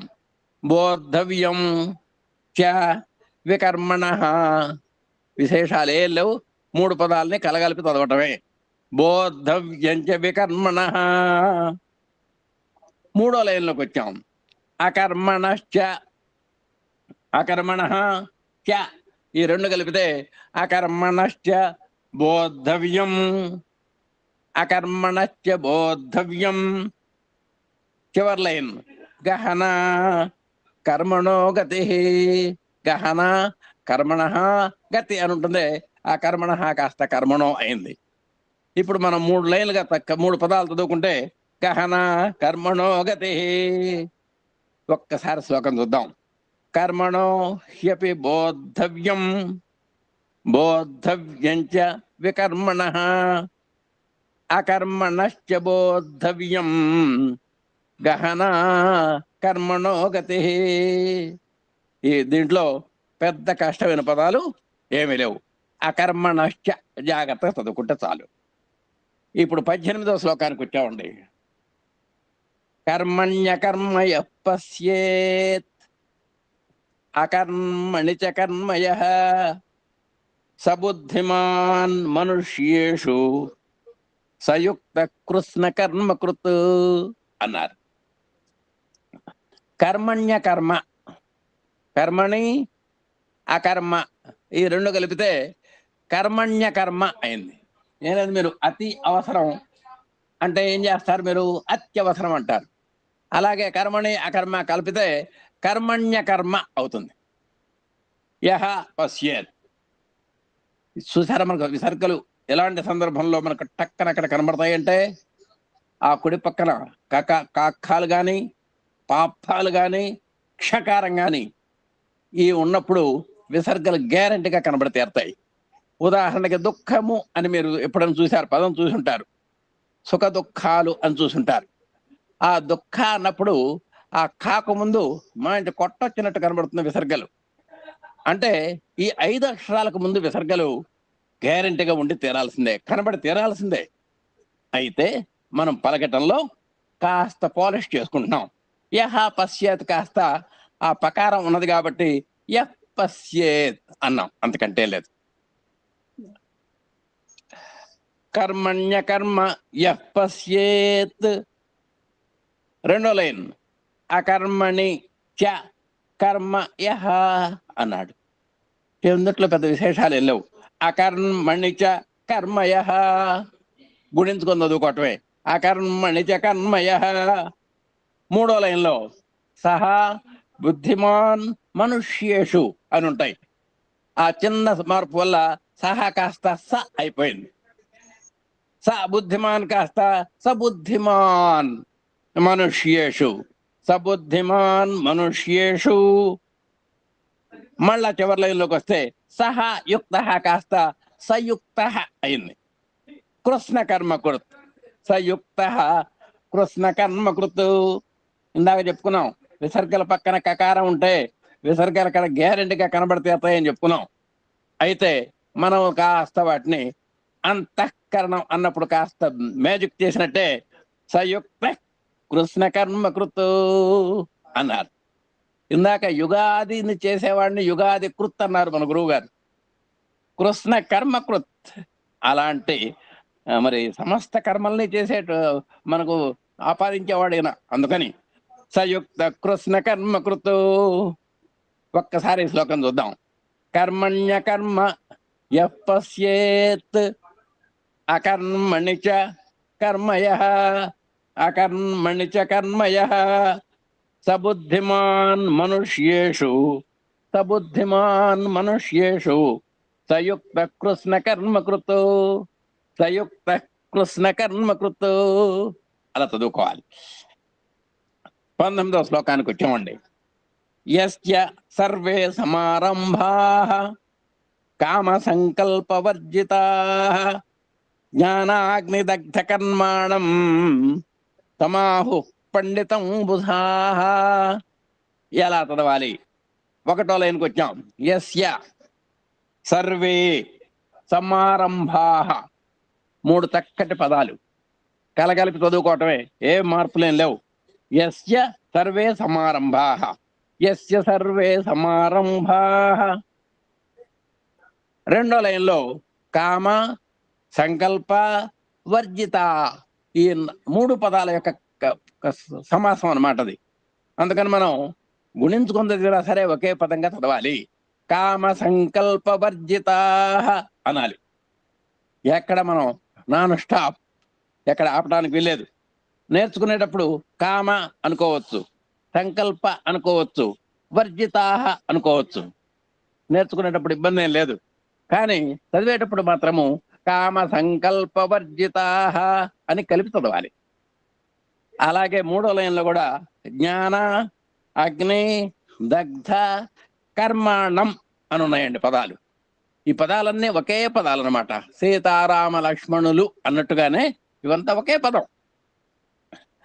మనం అభ్యాసం చేసేటప్పుడు జ్ఞానాగ్ని దగ్ధ కర్మాణం అని ప్రాక్టీస్ చేసుకోవచ్చు. చేసిన తర్వాత పై 2వ లైన్ లాగానే ఇది కూడా ఒకేసారి చదివేసేయాలి. జ్ఞానాగ్ని దగ్ధ కర్మాణం, జ్ఞానాగ్ని దగ్ధ కర్మాణం. 4వ లైన్లోకి వచ్చాం. తమాహుహు అన్నాడు. తం ఆహుహు అని 2 పదాలు కలవటం వల్ల తమాహుహు పండితం బుధాః, ఈ 3 కలిపి చదివాం. తమాహు పండితం బుధాః. ఆ తమాహుహు అన్న పక్కనే పా ఉన్నది కాబట్టి మనం కాస్త పాలిష్ గా హకారం పుల్లు మాత్రం చదివాం అనమాట. తమాహు పండితం బుధాః అన్నాం. ఇప్పుడు ఈ శ్లోకాన్ని మనం ఎట్లా చదువుకోవాలో చూద్దాం. యస్య సర్వే సమారంభాః కామ సంకల్ప వర్జితాః జ్ఞానాగ్నిదగ్ధ కర్మాణం తమాహు పండితం బుధాః. రైట్. ఇప్పుడు మనం 20కి వచ్చామండి.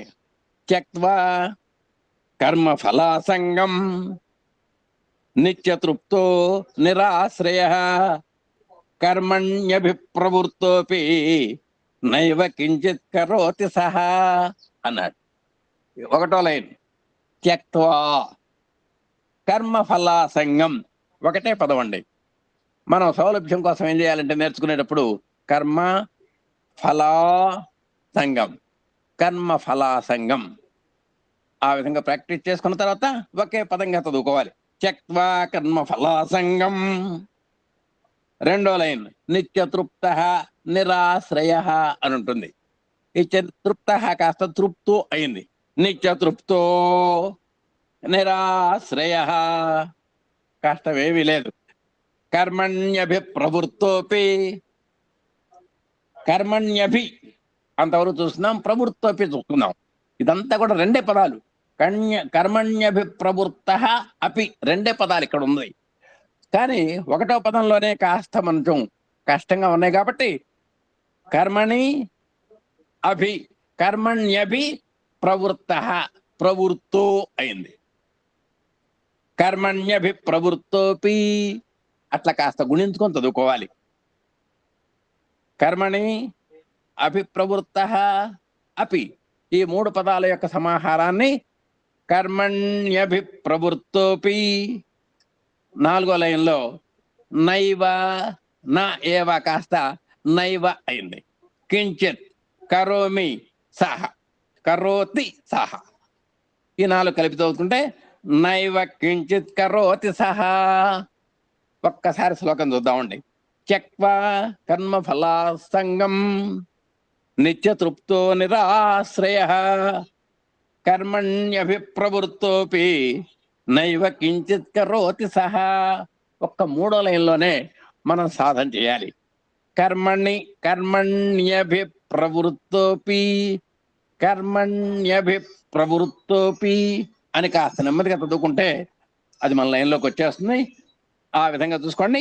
త్యక్వా కర్మ ఫలాసంగం నిత్యతృప్తో నిరాశ్రయ కర్మణ్యభిప్రవృత్తోపి నైవ కించిత్ కరోతి సహ. 21వ శ్లోకానికి వచ్చాం. నిరాశీర్యత చిత్తాత్మా త్యక్త త్యక్త సర్వపరిగ్రహ శారీరం కేవలం కర్మ కుర్వన్ నాప్నోతి కిల్బిషం అన్నారు. చక్కగా ఉంది. నిరాశీర్, అక్కడ కాస్త విడ తీసుకోవాలి ప్రాక్టీస్ చేసేటప్పుడు. యత చిత్తాత్మ, అదండి నిరాశీర్ యత చిత్తాత్మ. అసలు నిరాశీ అని ఉంటుంది అసలుకు. ఆ నిరాశీ కాస్త అవి రేఫ్ వచ్చింది, నిరాశీర్ అయింది. అక్కడ చిన్న స్టాప్ ఇచ్చుకోండి. యత చిత్త ఆత్మ, యత చిత్తాత్మ. ఇప్పుడు నిరాశీర్ యత చిత్తాత్మ, ఆ 2 పదాలను మనం కలగలిపి చదివితే నిరాశీర్ యత చిత్తాత్మ, నిరాశీర్ యత చిత్తాత్మ. ఆ రెండింటిని కలుపుకుంటే నిరాశీర్ యత చిత్తాత్మ. 2వ లైన్లో త్యక్త సర్వ పరిగ్రహ, ఇట్లా చదువుకొని మనం ఒకే యూనిట్ గా చదివేసేయాలి. త్యక్త సర్వ పరిగ్రహ. ప్రాక్టీస్ చేసుకునేటప్పుడు త్యక్త సర్వ పరిగ్రహ అలా చదువుకొని బాగా నోరు తిరిగిన తర్వాత త్యక్త సర్వ పరిగ్రహ. 3వ లైన్ శారీరం కేవలం కర్మ, చక్కటి పదాలు, ఏ మార్పు లేవు. శారీరం కేవలం కర్మ. 4వ లైన్ కుర్వన్ ఆప్నోతి అని 2 ఉన్నాయండి పదాలు. కుర్వన్ ఆప్నోతి కాస్త కలిపితే ఏమవుతుందంటే కుర్వన్ ఆప్నోతి అవుతుంది. కిల్బిషం, కుర్వన్ నాప్నోతి కిల్బిషం. ఇప్పుడు శ్లోకం మొత్తం చదువుకుంటే నిరాశీర్ యత చిత్తాత్మ త్యక్త సర్వ పరిగ్రహ శారీరం కేవలం కర్మ కుర్వన్ నాప్నోతి కిల్బిషం. 1వ లైన్లో నిరాశీర్ యత చిత్తాత్మ, ఆ రెండింటిని కలిపి చదివితే వచ్చేస్తుంది నిరాశీర్ యత చిత్తాత్మ అని వచ్చేస్తుంది మనకు. ఇప్పుడు 22లోకి వచ్చామండి. యదృచ్ఛ్యా లాభ సంతుష్టో ద్వంద్వాతీతో విమత్సరః సమః సిద్ధావసిద్ధౌ చ కృత్వాపి న నిబధ్యతే అన్నాడు. 1వ లైన్ యదృచ్ఛ్యా, ఒకటే, ఇదంతా కూడా ఒకటే పదం. యదృచ్ఛ్యా లాభ సంతుష్ట ఒకటే పదం. అయితే మనం సౌలభ్యం కోసం యదృచ్ఛ్యా లాభ సంతుష్ట అట్లా విడదీసుకొని మనం మళ్ళీ కలగలిపి చదువుకోవచ్చు. యదృచ్ఛ్యా లాభ సంతుష్ట, యదృచ్ఛ్యా లాభ సంతుష్ట అని ఉండాలి. సంతుష్టో అని ఉంది మనకు, ఏం ఇబ్బంది లేదు. సంతుష్ట అని ఉన్న పుస్తకంలో తప్పేం లేదు, సంతుష్టో అన్న తప్పేం లేదు. యదృచ్ఛ్యా లాభ సంతుష్టో. 2వ లైన్ ద్వంద్వాతీతో, ద్వంద్వ అతీత కలిపి చదివితే ద్వంద్వాతీత. ఓకారం వచ్చింది. ద్వంద్వాతీతో విమత్సరః, ద్వంద్వాతీతో విమత్సరః, సమః సిద్ధావసిద్ధౌ చ. ఈ సమః అన్న తోట దాన్ని పక్కనే సకారం ఉంది కాబట్టి ఆ విసర్గలకు బదులు మనం సకారం పలకాలి.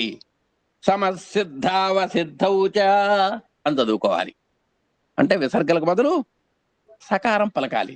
సమసిద్ధావసిద్ధౌ చ. ఇంకా తేలిక ఉపాయం చెప్పాలి అంటే విసర్గలు అక్కడ ఉన్న విసర్గల్ని కాస్త అట్లా మాఫ్ చేసేసి సీకు సావత్తు పెట్టుకుంటే సరిపోతుంది.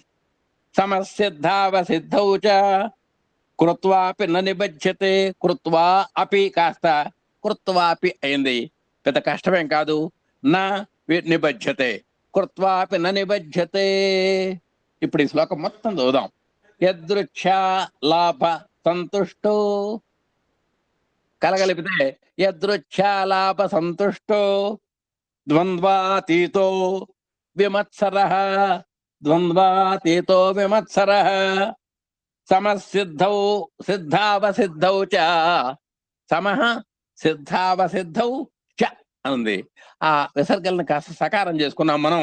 సమసిద్ధావసిద్ధౌ చ కృత్వాపి న నిబధ్యతే. ఇప్పుడు మనం 23వ శ్లోకంలోకి వచ్చామండి. గత సంగస్య ముక్తస్య నానా జ్ఞానావస్థిత చేతసః, జ్ఞానావస్థిత చేతసః యజ్ఞాయాచరత కర్మ సమగ్రం ప్రవిలీయతే. ఎలా చదవాలి? గత సంగస్య అదో పదం అండి. ముక్తస్య కాబట్టి కష్టమేం లేదు.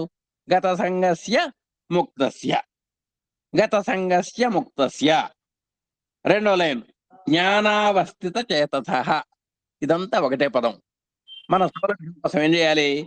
జ్ఞానావస్థిత చేతసః అలా కూడబలుక్కొని మనం నెమ్మదిగా దాన్ని ఒక లైన్ లో తీసుకొచ్చుకోవాలి. జ్ఞానావస్థిత చేతసః అలా ప్రాక్టీస్ చేసుకొని జ్ఞానావస్థిత చేతసః యజ్ఞాయాచరత కర్మ. యజ్ఞాయ ఆచరతః అని ఉన్నాయండి రెండు పదాలు. ఆ యా కాస్త యాకు దీర్ఘం వచ్చింది, అంతకంటే ఏమి లేదు.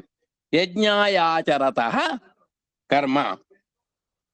ఈ కర్మ అనేటువంటి పదం కావుంది కాబట్టి ఆ విసర్గల్ని మనం హకారంగా మార్చుకుంటే యజ్ఞాయాచరత కర్మ, యజ్ఞాయాచరత కర్మ.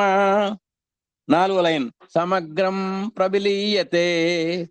ఏమి ఇబ్బంది లేదు, రెండు పదాలు సమగ్రం ప్రవిలీయతే. ఒక్కసారి శ్లోకం చూద్దామండి. గత సంగస్య ముక్తస్య జ్ఞానావస్థిత చేతసః యజ్ఞాయాచరత కర్మ సమగ్రం ప్రవిలీయతే. ఇప్పుడు మనం 24లోకి వచ్చాం. ఈ 24వ శ్లోకం రాని వాళ్ళు జనరల్ గా సాయి యూనిట్ లో ఉండరండి. సాయి సంస్థలో ఉన్నాడు అంటే ఈ శ్లోకంతో టచ్ ఉండాల్సిందే. దేనికని ఎక్కడ నైవేద్యాలు పెడుతున్నా సరే మనం ఈ శ్లోకాన్ని చదువుతాం. బ్రహ్మార్పణం బ్రహ్మహవిః బ్రహ్మాగ్నౌ బ్రహ్మణాహుతం బ్రహ్మైవ తేన గంతవ్యం బ్రహ్మ కర్మ సమాధినా అని చదువుతాం. స్వామివారికి నైవేద్యం పెట్టాలంటే శ్లోకం చదవాల్సిందే మనం. కాబట్టి బాల వికాస్ పిల్లాడి దగ్గర నుంచి ఈ శ్లోకం చాలా అందుబాటులో ఉంటుంది. చూడండి, బ్రహ్మార్పణం ఏదో రెండు పదాలు కలిసినాయి. బ్రహ్మ అర్పణం, బ్రహ్మార్పణం, బ్రహ్మ హవిః. చక్కగా ఆ కలగలిపి చదివితే బ్రహ్మార్పణం బ్రహ్మ హవిః. బ్రహ్మ అనే పదం, హవిః అనే పదం వేరు వేరు పదాలు మనం కలిపి చదువుకుంటాం. బ్రహ్మ హవిః బ్రహ్మార్పణం బ్రహ్మ హవిః బ్రహ్మాగ్నౌ. బ్రహ్మ అగ్నౌ కాస్త బ్రహ్మాగ్నౌ అయింది. బ్రహ్మణా హుతం, రెండు వేరు వేరు పదాలు. ఇప్పుడు ఈ మూడు పదాలు అనుకుని చదువుకుంటే బ్రహ్మాగ్నౌ బ్రహ్మణ హుతం, బ్రహ్మాగ్నౌ బ్రహ్మణ హుతం. మూడో లైన్ బ్రహ్మైవ, బ్రహ్మ ఏవ కాస్త బ్రహ్మైవ అయింది. తేన గంతవ్యం. ఇప్పుడు మూడు పదాలే అనుకుందాం. బ్రహ్మైవ తేన గంతవ్యం. 4వ లైన్ బ్రహ్మ కర్మ సమాధిన. ఒకే ఒక యూనిట్ అండి ఇది. బ్రహ్మ కర్మ సమాధిన. ఆ విధంగా చదువుకొని ఒకే పదంగా మనం అలవాటు చేసుకోవాలి. బ్రహ్మ కర్మ సమాధిన. ఇప్పుడు ఏతావతా శ్లోకం చదువుకుంటే బ్రహ్మార్పణం బ్రహ్మహవే బ్రహ్మాగ్నౌ బ్రహ్మణాహుతం బ్రహ్మైవ తేన గంతవ్యం బ్రహ్మ కర్మ సమాధిన. చక్కటి శ్లోకం. తర్వాత ఇప్పుడు మనం 25లోకి వచ్చామండి. దైవమేవాపరే యజ్ఞం యోగిన పర్యుపాసతే బ్రహ్మాజ్ఞావపరే యజ్ఞం యజ్ఞే నైవోపజుహ్వతి అన్నారు. దైవమేవాపరే, దైవం ఏవ అపరే అని 3 పదాలు కలిసినాయండి ఇక్కడ. దైవమేవాపరే, దైవం ఏవ అపరే. నెమ్మదిగా కూడబలుకొని చదువుకుంటే దైవమేవాపరే యజ్ఞం, దైవమేవాపరే యజ్ఞం. 2వ లైన్ యోగిన పర్యుపాసతే. 2 పదాలు ఉన్నాయి. యోగిన పర్యుపాసతే. విసర్గలు పక్కనే పకారం ఉన్నది కాబట్టి ఆ విసర్గల్ని హకారంగా పలుకుదాము. యోగిన అన్నాం, అంతకంటే ఏం లేదు. యోగిన పర్యుపాసతే, యోగిన పర్యుపాసతే. 3వ లైన్ బ్రహ్మాగ్నవపరే యజ్ఞం. బ్రహ్మాగ్నౌ అపరే అనే 2 పదాలు కలిసినాయండి. కలిసి ఏర్పడ్డ పదం అన్నమాట ఇది. బ్రహ్మాగ్నవపరే యజ్ఞం. 4వ లైన్ యజ్ఞే నైవోపజుహ్వతి, యజ్ఞేన ఏవ ఉపజుహ్వతి అని 3 పదాలు నెమ్మదిగా కలిసినాయి. యజ్ఞే నైవోపజుహ్వతి, యజ్ఞే నైవోపజుహ్వతి అని మనం చదువుకోవాలి. ఇప్పుడు కనుక జాగ్రత్తగా చదివితే దైవమేవాపరే యజ్ఞం యోగిన పర్యుపాసతే బ్రహ్మాజ్ఞావపరే యజ్ఞం బ్రహ్మాజ్ఞావపరే యజ్ఞం యజ్ఞే నైవోపజుహ్వతి. మళ్ళా ఒక్కసారి చదువుతానండి. దైవమేవాపరే యజ్ఞం యోగిన పర్యుపాసతే బ్రహ్మాజ్ఞావపరే యజ్ఞం యజ్ఞే నైవోపజుహ్వతి. అది 26లోకి వచ్చామండి. శ్రోత్రాదీనింద్రియాణ్యన్యే, శ్రోత్రాదీనింద్రియాణ్యన్యే సంయమాగ్నిషు జుహ్వతి, సంయమాగ్నిషుజుహ్వతే శబ్దాదీన్ విషయానన్య, శబ్దాదీన్ విషయానన్య ఇంద్రియాగ్నిషు జుహ్వతి, ఇంద్రియాగ్నిషు చూడండి. శ్రోత్రాదీని ఇంద్రియాణి అన్యే అని 3 పదాలు ఉంటాయండి ఇక్కడ. ఆ 3 పదాలు కలవటం వల్ల ఈ పాదం ఏర్పడింది. శ్రోత్రాదీని ఇంద్రియాణి అన్యే. నెమ్మదిగా కలగలిపి చదువుకుంటే శ్రోత్రాదీనింద్రియాణ్యన్యే అవుతుంది. శ్రోత్రాదీనింద్రియాణ్యన్యే. 2వ లైన్ సంయమాగ్నిషు, సంయమ అగ్నిషు, సంయమాగ్నిషు అయింది. జుహ్వతి, సంయమాగ్నిషు జుహ్వతి. 3వ లైన్ శబ్దాదేన్ విషయాన్ అన్యా అంది. అన్యే అని ఉంటుంది అసలకు, ఇక్కడ అన్యాను మనకు పారిభాషికం అయింది. ఇక్కడ శబ్దాదేన్ విషయానన్యా. ఏం పెద్ద కష్టమేం లేదు ఇక్కడ. శబ్దాదేన్ విషయాన్ అన్య, విషయానన్య, శబ్దాదేన్ విషయానన్య ఇంద్రియాగ్నిషు. ఒకటే పదం, ఇంద్రియ అగ్నిషు కలిసిందనమాట. ఇంద్రియాగ్నిషు జుహ్వతి. ఇప్పుడు ఒక్కసారి చదువుకుందాం. శ్రోత్రాదీనింద్రియాణ్యన్యే. మనం ఎక్కువగా పొరపాటు పడేది ఇలాంటి తోట. దేనికంటే ఇవన్నీ పదాలన్నీ కలగలిపి చదివితే గాని మనకు అక్కడ పాదం అవ్వదు. కాబట్టి నెమ్మదిగా సాధన చేయాలి. శ్రోత్రాది నేంద్రియాణ్యన్యే అని మనం జాగ్రత్తగా చదువుకోవాలి. శ్రోత్రాది నేంద్రియాణ్యన్యే సంయమాకృషుజుహ్వతే శబ్దాదీన్ విషయానన్య ఇంద్రియాకృషుజుహ్వతే. బాగుంది. 27లోకి వచ్చాం. సర్వాణేంద్రియ కర్మాణి ప్రాణకర్మాణి చాపరే ఆత్మ సంయమ యోగాగ్నౌ జుహ్వతి జ్ఞానదీపితే. ఇక్కడ చూడండి, సర్వాణి ఇంద్రియ కర్మాణి చేష్ట కలిసినాయి అంతే. సర్వాణీంద్రియ కర్మాణి అయిందనమాట. సర్వాణి ఇంద్రియ కాస్త సర్వాణీంద్రియ అయింది. ఆ ఒక్క మెళుకు మనం తెలుసుకుంటే మనకు ఆ పాదం వచ్చినట్టే. సర్వాణీంద్రియ కర్మాణి సర్వాణీంద్రియ కర్మాణి. రెండో లైన్ ప్రాణ కర్మాణి చ అపర్రే కాస్త చాపర్రే అయింది. కాబట్టి 2 పదాలు ఇప్పుడు. ప్రాణ కర్మాణి చాపర్రే. మూడో లైన్ ఆత్మ సంయమ యోగాగ్నౌ అన్నాడు. ఆత్మ సంయమ యోగ అగ్నౌ అనేటువంటి పదాలు కలవటం వల్ల ఈ పాదం ఏర్పడింది. ఆత్మ సంయమ యోగాగ్నౌ. మళ్ళా ఒకసారి చూడండి, ఆత్మ సంయమ యోగ అగ్నౌ. ఆత్మ సంయమ యోగాగ్నౌ జుహ్వతి జ్ఞానదీపితే. జుహ్వతి జ్ఞానదీపితే ఒకే పదం చక్కగా. జుహ్వతి జ్ఞానదీపితే. సర్వాణీంద్రియ కర్మాణి ప్రాణకర్మాణి చాపరే ఆత్మ సంయమ యోగాగ్నౌ జుహ్వతి జ్ఞానదీపితే. అంతవరకు మనం ఈరోజు చెప్పుకున్నామండి. ఈరోజు ఇంత భగవద్ అనుగ్రహానికి మనం చక్కగా స్వామి యొక్క దయ వల్ల, గురువు గారి యొక్క ప్రోత్సాహం వల్ల శ్రీమద్ భగవద్గీత పఠనము అవగాహన తరగతుల్లో మనం ఒక్కో అడుగు తెలియని తనాన్ని నుంచి నెమ్మదిగా అంటో నోన్ తెలియని దాని నుంచి తెలిసే వైపు మనం ప్రయాణం చేస్తున్నాం.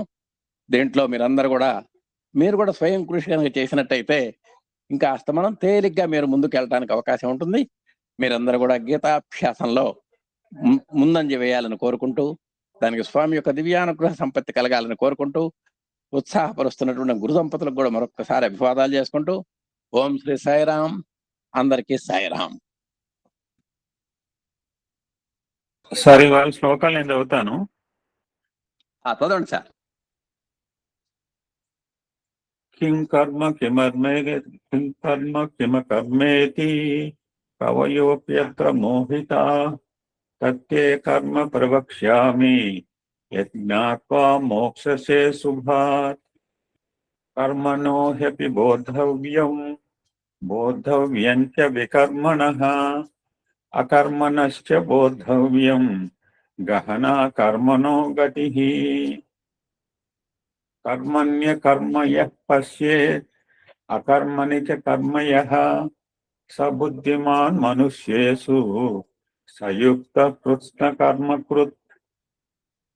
యస్య సర్వే సమారంభా కామ సంకల్పవర్జితాః జ్ఞానాగ్నిదగ్ధ కర్మాణం అమాహు పండితం బుధాః. త్యక్త్వా కర్మ ఫలాసంగం నిత్యతృప్తో నిరాశ్రయః కర్మణ్యభిప్రవృత్తోపి నైవ కించిత్ కరోతి సహ. నిరాశీర్యత చిత్తాత్మా త్యక్త సర్వ పరిగ్రహః శారీరం కేవలం కర్మ కుర్వన్నాప్నోతి కిల్బిషం. యదృచ్ఛా లాభ సంతుష్టో ద్వంద్వాతీతో విమత్సరః సమః సిద్ధావసిద్ధౌ చ కృత్సాపి న నిబధ్యతే. గత సంగస్య ముక్తస్య జ్ఞానావస్థిత చేతసః యజ్ఞయాచరతః కర్మ समग्रं प्रविलीयते। ब्रह्मार्पणं ब्रह्महविः ब्रह्माग्नौ ब्रह्मणाहुतं ब्रह्मैव तेन गन्तव्यं ब्रह्मकर्म समाधिना। दैवमेवापरे यज्ञं योजिनः पर्युपासते ब्रह्माज्ञावपरे यज्ञं यज्ञैनैवोपजुह्वति। श्रोत्रादीनीन्द्रियाण्यन्ये संयमाग्निषु जुह्वति शब्दादीन् विषयानन्या इन्द्रियाग्निषु जुह्वति। सर्वाणीन्द्रियकर्माणि प्राणकर्माणि चापरे आत्मसंयमयोगाग्नौ जुह्वति ज्ञानदीपिते। ओम शांति शांति शांति।